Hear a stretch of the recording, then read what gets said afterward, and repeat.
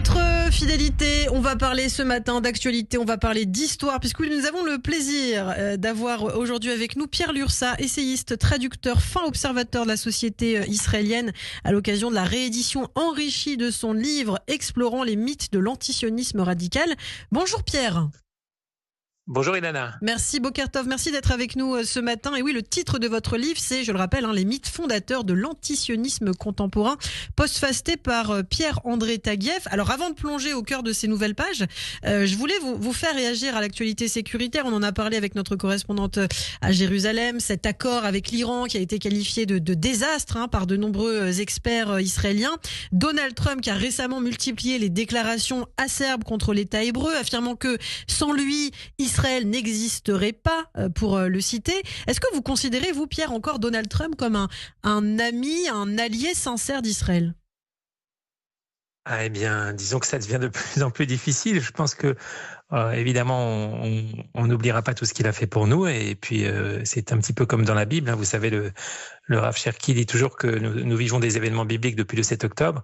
Eh bien, voilà, un nouveau roi s'est levé en Égypte qui ne connaît plus Yosef. Et c'est comme dans l'histoire de Pharaon. Donald Trump a fait un volte-face impressionnant et évidemment qui nous attriste. Mais personnellement, je pense que Netanyahou, dont c'est l'obsession positive, au sens positif depuis 30 ans, et Israël continuera la guerre contre l'Iran avec ou sans les États-Unis. C'est-à-dire que vous n'êtes pas inquiet pour l'instant pour la sécurité, la pérennité d'Israël ?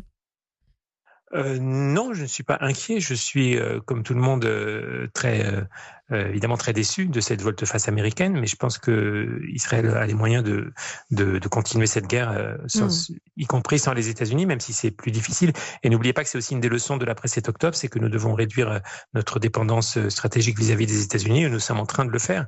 Et donc c'est peut-être aussi une étape vers cet objectif. Effectivement, et ce sera peut-être le grand sujet de ces prochaines années. Comment s'affranchir des États-Unis ? Est-ce qu'Israël a la possibilité de s'affranchir militairement, financièrement des États-Unis ? Alors on va parler de votre ouvrage à présent, puisque il a été enrichi d'un dernier chapitre, donc d'une postface. Alors dans le dernier chapitre, vous démontrez, Pierre, ce que vous nommez le mythe du peuple palestinien souffrant, mis en miroir avec la négation du peuple juif. Vous analysez notamment la thèse de Shlomo Sand sur l'invention du peuple juif. C'était un des titres de son livre.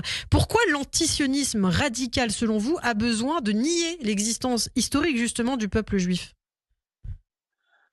Oui, c'est un petit peu le trait commun de tous les mythes que j'analyse dans ce livre, que j'avais écrit avant le 7 octobre. C'est finalement la négation du lien entre Israël et sa terre, et même de l'existence d'un peuple juif auquel est substitué un peuple palestinien largement factice.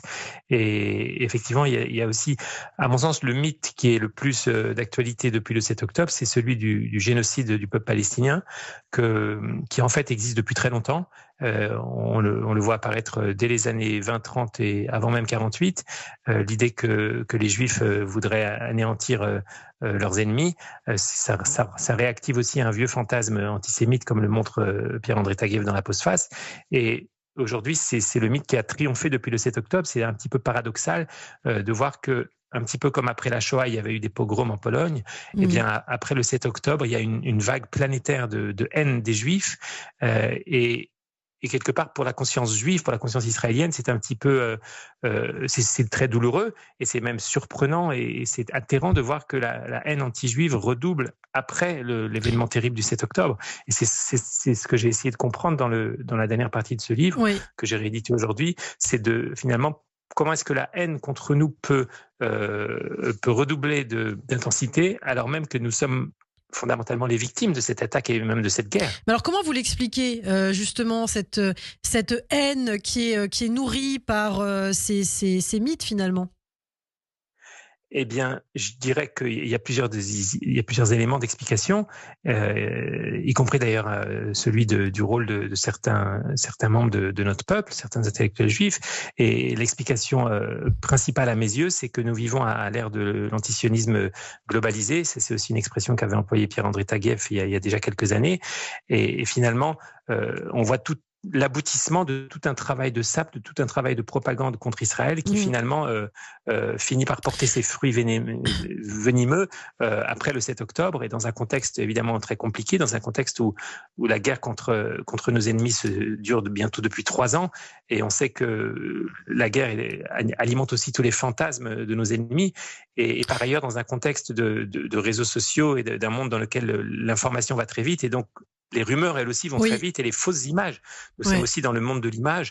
Et donc, les fausses images, je dirais, l'art de la désinformation dans lequel les Palestiniens sont passés maîtres depuis très longtemps, aujourd'hui, ils portent tous ces fruits. Il y a un esprit de négation, d'appropriation. Par exemple, c'est vrai que quand on se promène un peu trop longtemps sur les réseaux sociaux, notamment sur Twitter, on peut voir des antisémites débattre à l'image de Rima Hassan pour dire que les Juifs sont des khazars, que les Palestiniens, finalement, sont les vrais descendants des Hébreux bibliques. On sait par exemple aussi dans l'histoire que Mahmoud Abbas, Yasser Arafat ont nié l'existence historique du temple de Jérusalem. Comment vous l'expliquez ça, justement, cette négation-là?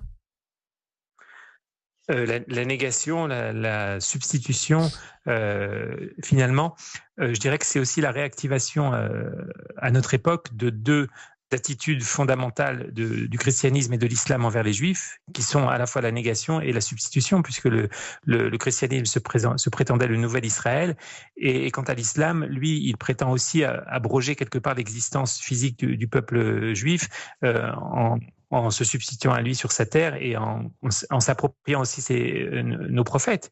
On sait bien que dans l'islam, il n'y a pas de prophètes juifs, il n'y a que des prophètes musulmans. Et donc, je dirais que cette attitude de négation est consubstantielle aux deux grandes religions issues du judaïsme. Et ça aussi, c'est un petit peu le subtexte de tout ce qu'on vit, actuellement.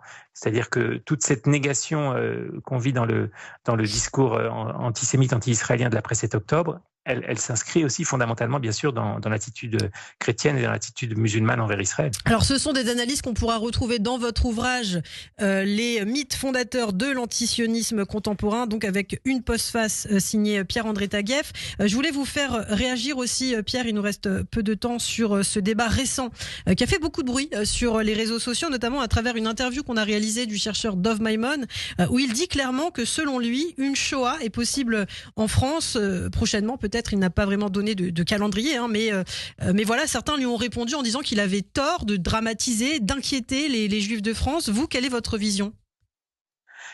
Eh bien, je l'ai dit dans un post hier pour réagir effectivement à cette émission, à cette polémique. Je pense que le mot Shoah peut-être n'est pas approprié, mais sur le fond, je pense que Dov Maimon, que je connais bien, a raison. C'est-à-dire que on n'est jamais trop alarmiste s'agissant de la situation des Juifs de France. On a vu tellement de choses ces dernières années, et personnellement, en tant qu'observateur du judaïsme de France depuis longtemps, depuis que je vis en Israël, je dirais que sous Macron, tout est devenu possible. Et notamment, je dirais, un point crucial à mes yeux, c'est qu'on a longtemps cru que l'antisémitisme en France venait du bas et que le pouvoir, la République, comme disent toujours les Juifs de France, nous protège contre l'antisémitisme. Et même ça, c'est devenu faux aujourd'hui. On voit bien dans l'affaire du boycott d'Israël, dans l'attitude en général d'Emmanuel Macron, donc c'est le fait qu'il soit. C'est-à-dire que vous dites qu'Emmanuel Macron est responsable de cette montée de l'antisémitisme, c'est ce que vous dites ? Je dirais plus précisément qu'il ne fait rien pour l'enrayer et qu'il envoie toujours des signaux très forts aux ennemis d'Israël en France. Le fait de boycotter officiellement Israël, ces parois qui ont été mises devant le stand israélien, qui rappellent vraiment des souvenirs au salon Eurosatori. Oui, au salon Eurosatori, c'est pas la première fois, évidemment. Il y a toute une attitude comme ça qui fait qu'à mes yeux, je dirais que l'antisémitisme en France aujourd'hui est devenu quelque part légitime, par la voix de LFI et des autres acteurs politiques qui en font un cheval de bataille électorale. Et puis par ailleurs, il y a une espèce de ce que j'ai appelé il y a déjà 2 ou 3 ans un nouveau statut des Juifs ou un statut d'Israël en France, qui fait que Israël et la délégitimation d'Israël vient d'en haut, vient du plus haut sommet de l'État. Pierre Lurçat, face à ce déferlement de mythes et à la puissance de la désinformation que vous dénoncez, vous allez donner, avec le soutien de l'Organisation sioniste mondiale, 2 conférences en France. Je l'annonce pour les auditeurs, les auditrices qui nous écoutent dans quelques jours. Si vous avez envie d'entendre Pierre Lurçat, le lundi 29 juin, Pierre, vous serez à Bordeaux à 20h30 pour une conférence qui s'appelle Face à la haine planétaire, quelle stratégie pour Israël et le monde juif. Et puis vous serez aussi en région parisienne à Chasseloulouba le mercredi 1er juillet à 20h. Comment s'inscrire très rapidement en quelques secondes, Pierre? Auprès de l'OSM, chercher sur les réseaux Organisation sioniste mondiale et vous trouverez le lien pour vous inscrire. Eh bien, merci beaucoup Pierre d'avoir été avec nous, Pierre Lurçat. Et je rappelle le titre de votre livre, Les mythes fondateurs de l'antisionisme contemporain. Beaucoup de sujets à aborder ce matin, mais on a réussi à tout faire rentrer et ça me fait plaisir. Merci beaucoup Pierre. Je vous dis à très bientôt sur Radio J. Restez avec nous tout de suite, le journal avec Éléonore.